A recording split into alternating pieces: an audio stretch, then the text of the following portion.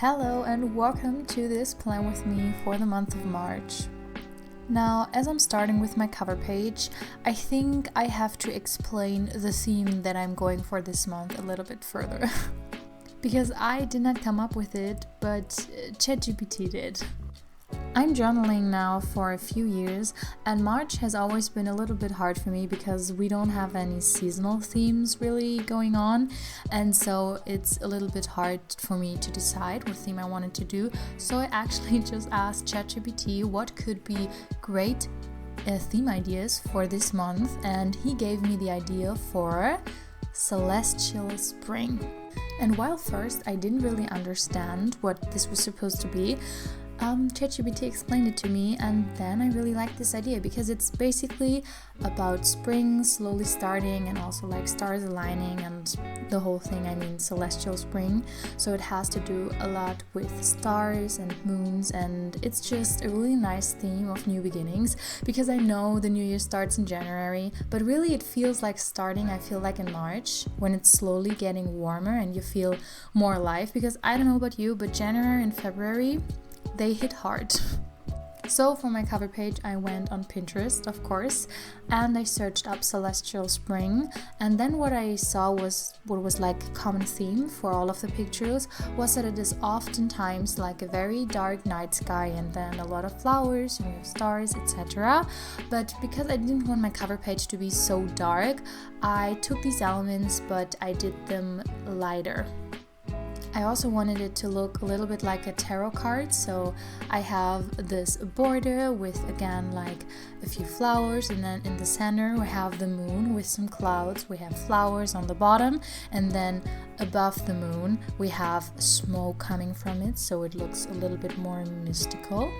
And while I'm not 100% like happy with how it turned out, I think it's fine because what I again really wanted to do was, like I did in February, I wanted to challenge myself more, like use more different art supplies, and this time I used watercolor, and this was just really fun to create, and I thought this is more important than it being perfect in the end.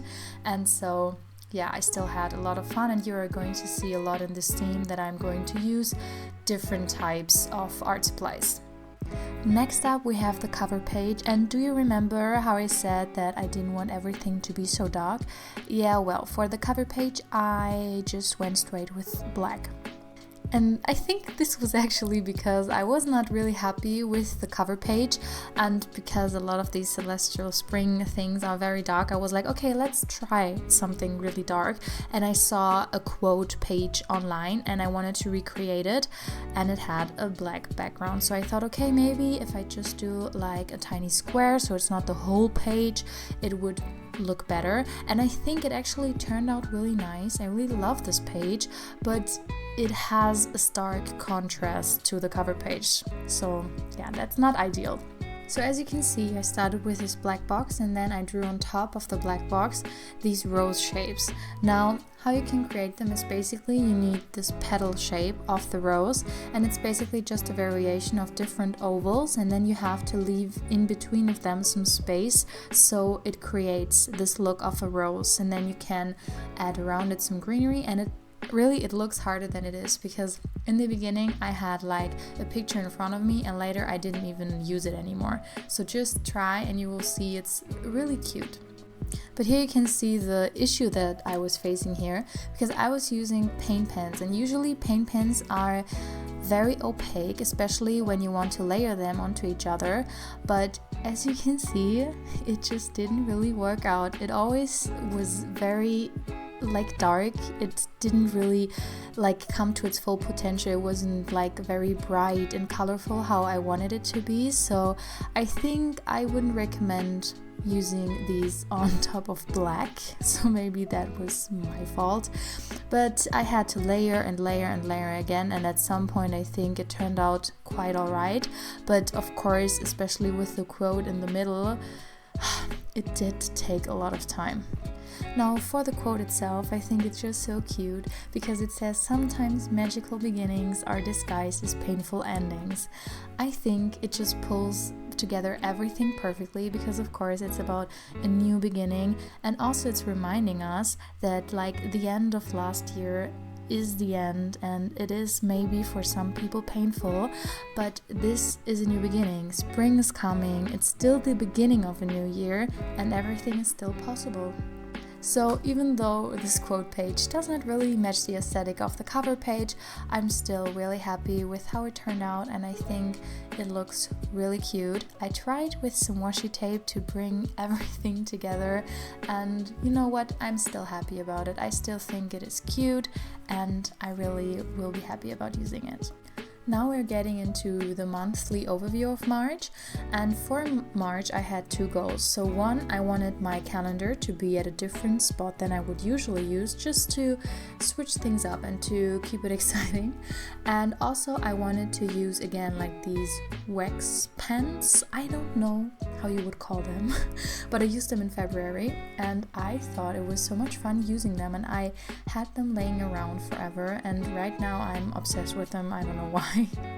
But first I did my header for March, and I did that with watercolors because I still wanted watercolor to be a part of the setup, because I used it in the cover page and I want everything to be cohesive, so I want watercolor to make an appearance here and there as well as the other different types of media. So here you can right now see the cameo that my wax pens are now making. Please correct me if you know the right term for these types of pens, because I only know them from like school. I never used them afterwards. I got them, I think, from my mother at some point. And right now I'm using them a lot, so I don't know if anybody else does, but they're so much fun. So as you can see, I did a lot of doodles around March to include them, and what I did was these celestial inspired doodles. So we had moons, we had stars, and a lot of different colors. I think also my main colors in this whole setup are orange and blue, as well as of course some green and also some pinks, etc. here and there, especially because I'm going to include some flowers. For the first page of my monthly setup, I included some space for my monthly goal, as well as a mini growth tracker, and also some space for my monthly tasks and also for some notes, because last month I did a big brain dump page and I really enjoyed that, but for this one I wanted it to still be included, some space where I can just note things, but a little bit smaller, because I just want to try if this is sufficient or if I might need more. On the right page, on the other end, I have my big calendar for the different dates of March, and then below that I just have some space for important dates. I saw that in another spread and I thought might give it a try, and besides that I just have again another like painting, drawing, doodling thing going on with the wax pen. So, and here I just drew some flowers, and then above that a moon, and added in the background with again watercolor the night sky, but again also not so extremely dark. The finishing touches are then done with some washi tape. I also added some white here and there to make the things pop and also to give it more details. And that's basically it for these pages, and we can go to the next one. The last spread of the setup is going to be a weekly spread, and for that I started with this really big washi tape I had laying around, and I just thought it was perfect for this theme because it's just perfection. It's basically the theme in a washi tape, I think, because it has the whole thing going on with like the celestial things. It has some flowers here and there, gold details. I thought it was perfect, and I rarely ever use it because it is so big, so you really have to commit to it when you use it. But I did, and then I added some more washi tape, and I also included some doodles here and there. I did, as you can see, the one that I'm doing right now, it's supposed to be like a mirror where inside of it is like a teeny tiny moon.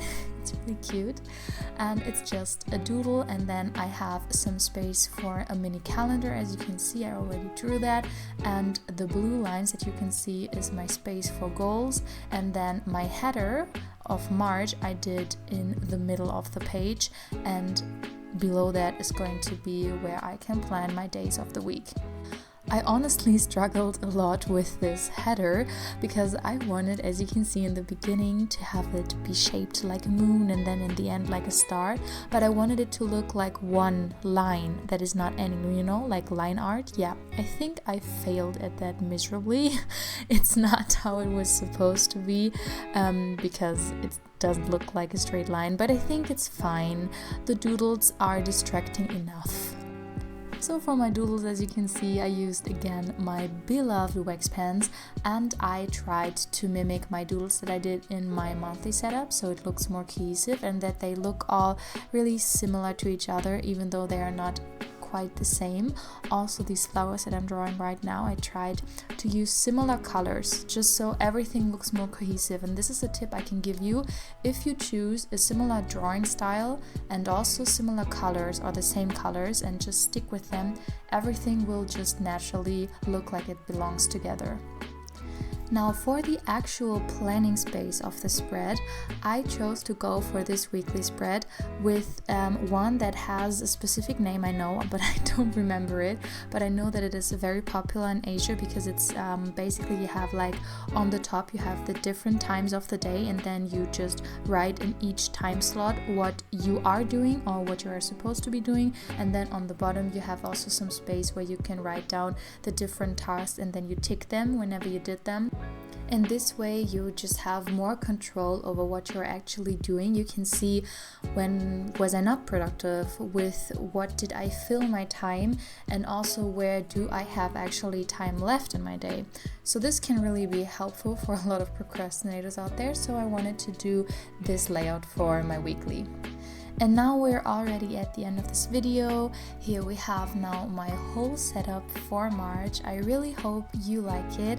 I really like it, surprisingly, because I had a rough start with it, but I think I winged it and it turned out pretty cute. Please tell me what you think, what themes you would like to see, and if you want to see more of these spreads, then you can go over to my Instagram because I'm going to post all of them over there. So yeah, have a nice day. Bye bye!